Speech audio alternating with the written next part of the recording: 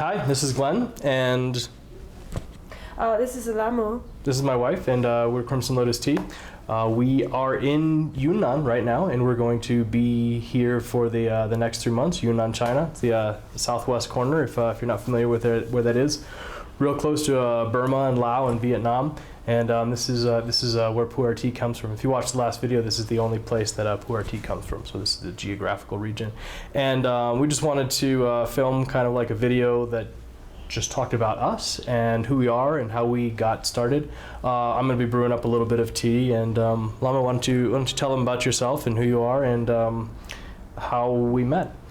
So I was born in the Yunnan-Tibetan border, a town called Shangri-La. And I moved to Kunming when I was 7 years old. As a Tibetan, we drink pu'er tea all the time. It's part of our culture. So we will add yak, butter, and salt together. So even when we moved to Kunming, my dad, all of our family is still drinking butter tea every day. We're going to be posting a video on showing kind of how her family makes butter tea. If you guys have tried our Holy Flame brick, that is literally the exact same tea that her family drinks. Yeah, so I stay in Kunming after I graduated from high school. Then I went to Zhejiang, got my bachelor degree. And during when I was in Zhejiang University, I participated exchange program with University of Washington in Seattle. So I stayed in Seattle for a summer, and my host family happened to be Glenn's mom. That's where we met. She was my mom's exchange student. Yeah, that's how we met. So after that, we became friends. Yeah, we became friends ever since then. I traveled to visit her in China in 2009. I still never tried, or I did try butter tea, so technically I'd had pu'er tea at that point in time, but it never really resonated. For me, I was traditionally a coffee drinker. I've been a coffee drinker for a long time. Growing up in Seattle, it's that kind of goes hand in hand. There's a lot of really amazing coffee that can be had in Seattle, and I became very passionate about roasting my own beans and sourcing green beans, and it would take me about 20 minutes to make a cup of coffee. I basically looked at coffee the way I now see the Chinese brew tea and gongfu style. I approached coffee that way, and it would take me like 20 minutes to make a cup of coffee. And it would be amazing. Really liked coffee, and it was in 2013. Yeah. I was on a road trip, and I was actually traveling the U.S. and just trying to just learn more about coffee and find interesting coffee houses and stuff. And I had some friends in Santa Cruz, California, that told me to go to this tea shop there called Hidden Peak, because they served what they said was a kung fu tea, and there's this tea called pu'er. And so I went there, and I was pretty open-minded about it, and I was thoroughly fascinated from the beginning. It was a show pu'er tea that I had, and it was you can give that a try. It was immediately familiar. It was as if I'd been drinking it my entire life. And that was a very, very unusual experience, because I never really had tea resonate with me like that before. So I was asking them about it, and they're like, "Oh, this tea's called pu'er, and it comes from Yunnan, China." And I was like, "Yunnan? That's like my fiance. That's where my fiance is from." And they're like, "What? That's amazing! You're so lucky." And I was just like, I had no idea what they were talking about. I'm like, "Really?" And so I called her that night, and I was like, "Yeah, I had this amazing tea. It's called pu'er. Have you ever heard of it?" And she's like, "Yeah, everybody is drinking party." She's like, "Yeah, everybody knows this." And I was just like, "Well, you never told me about this tea. This tea's really amazing." And so as that summer progressed, I started to learn more about pu'er tea and read a lot more and researched a lot more. And then we got married on that summer, and my parents gave us a box of their pu'er tea as a wedding gift. Yeah, we got a tong of sheng pu'er and a tong of shou pu'er, and so I spent time exploring these teas, and by the end of the summer realized that I wasn't even drinking coffee anymore. Pu'er had this incredible hold over me, and I was thoroughly fascinated with it. And my background is software, quality assurance testing, software development, design, web design. I've been doing that for 2 decades. And Lama's background is financing and accounting. Finance and accounting. She has her master's in accounting, tax corporation, stuff like that. Yeah. So that summer, I was just like, well, you know, what if we started a business, and our business was trying to find the people like me, the people who had never heard of pu'er tea before, but had basically been looking for it their entire life. Because that's what I realized that I was. Like, this is the tea that I had been looking for my entire life, and I had no idea it existed. And so I proposed the idea to her of starting a business where we could find people like me who've been looking for this tea but don't even know that it's there. Yeah. And I just said yes. yeah, I was like, we can spend time in Yunnan. We can live with your family. And her family isn't traditionally in the tea industry, although we did find out. My mom worked for the minority publisher.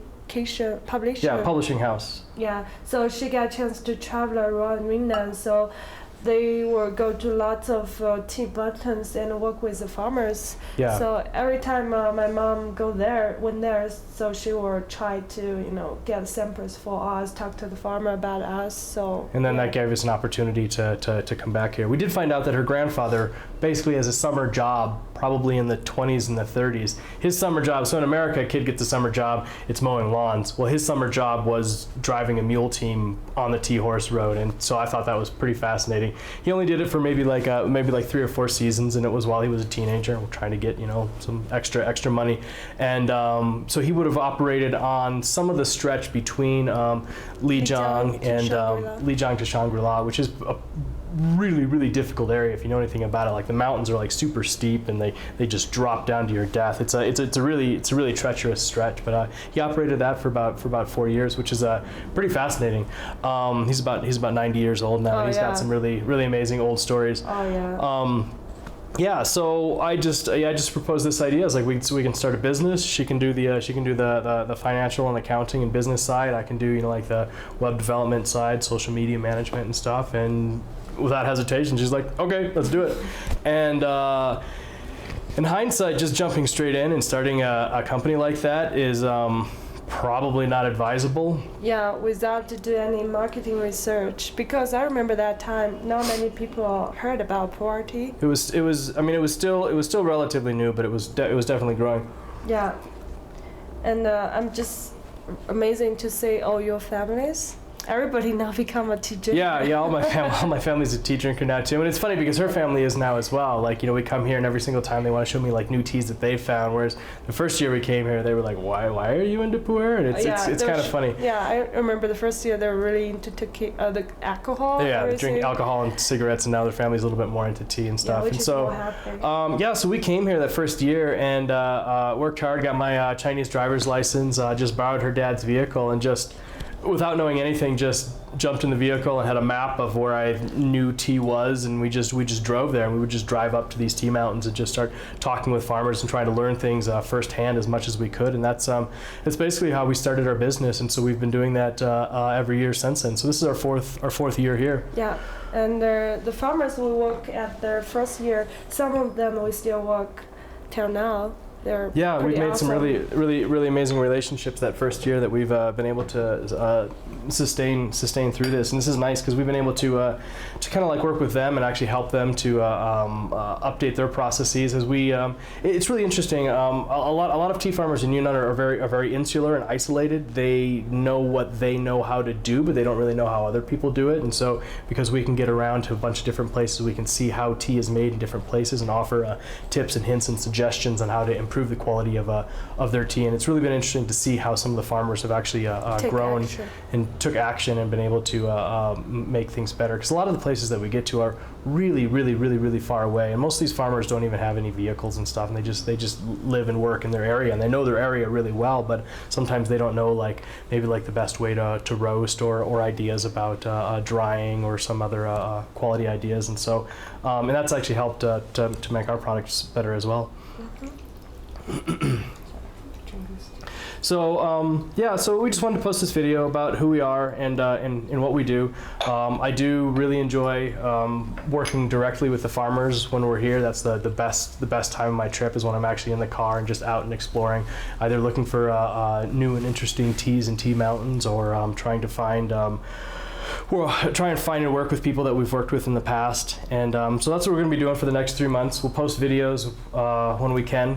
Yeah, when we're in Tea Mountains and over trip, everything. Yeah, so for the way I like to do social media through Instagram and Facebook and Twitter and stuff like that is I like to give people basically an inside look into what it is like to be in Yunnan. So really appreciate if you guys followed our Instagrams, Crimson Lotus Tea, and just kind of check out like who we are. And if you want an inside look into the tea farmer's life, you know, like how pu'er tea is made, and that's basically what we're hoping to do again this year. That's what we've done for the last couple of years, and it's something that we enjoy a lot. Yeah, we're very excited about it.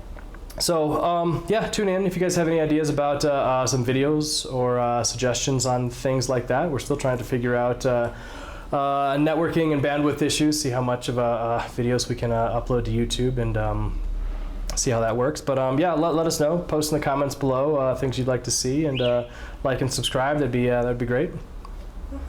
So awesome. So happy steeping.